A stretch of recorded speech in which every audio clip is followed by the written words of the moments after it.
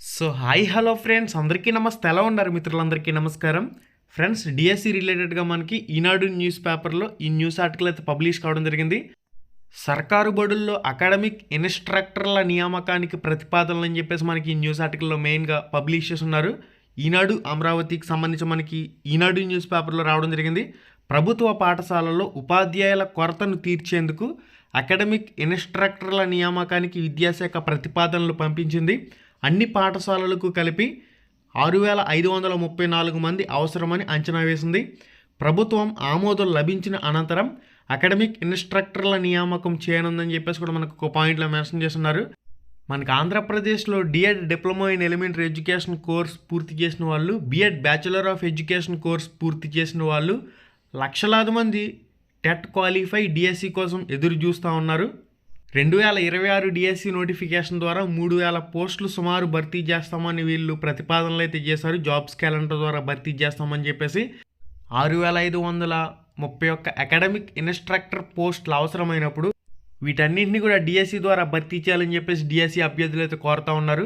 School అసిస్టెంట్కి సంబంధించి నెలకి 12,500, SGD secondary grade టీచర్కి సంబంధించి నెలకి 10,000 చొప్పున వేతనాలు చెల్లించి భర్తీ చేసుకోవాలని చెప్పేసి భావిస్తూ ఉన్నారు. గత ఏడాది 1,146 మంది నియామకానికి ప్రభుత్వం ఆమోదం తెలిపింది. అప్పట్లో 5 నెలలకి నియామకాలను అయితే చేపట్టారు.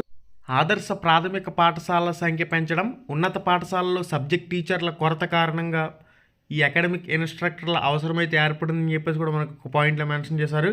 గతంలో బదిలీ అయినా ఆ స్థానానికి కొత్తవారు రాకపోవడంతో ఆల్రెడీ బదిలీ కోరుకున్న ఉపాధ్యాయులు రిలీవ్ కాకుండా ఆ పాత ప్లేస్లోని 723 మంది ఉపాధ్యాయులు అయితే పని చేయవలసి వస్తుంది.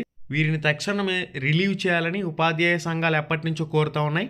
అకాడమిక్ ఇన్స్ట్రక్టర్ల నియామకాలకు సంబంధించి పూర్తయ్యాక వీరిని రిలీవ్ చేయాలని విద్యాశాఖ భావిస్తుందని చెప్పేసి కూడా మనకి ఇన్ఫర్మేషన్లో పబ్లిష్ చేస్తున్నారు. మనకి 2026, 2027, 2028 సంవత్సరానికి సంబంధించి కూడా భారీగా ఉపాధ్యాయుల పదవి విరమణలు అయితే జరుగుతూ ఉన్నాయి. ఈ అన్ని అంశాలను దృష్టిలో పెట్టుకుని విద్యాశాఖ మంత్రి నారా లోకేష్ గారు మనకి డిఎడ్ కోర్స్ చేసిన వాళ్ళు, బిఎడ్ కోర్స్ చేసిన వాళ్ళు, టెట్ క్వాలిఫైడ్ టీచర్స్ చాలామంది బయట డిఎస్సి కోసం ఎదురు చూస్తూ ఉన్నారు. ఖచ్చితంగా 6,500 పోస్టులకి డిఎస్సి విడుదల చేయాలి. ఉపాధ్యాయుల కొరతకి శాశ్వతమైన పరిష్కారం చూపించాలని చెప్పేసి డిఎస్సి అభ్యర్థులు అయితే కోరుతూ ఉన్నారు.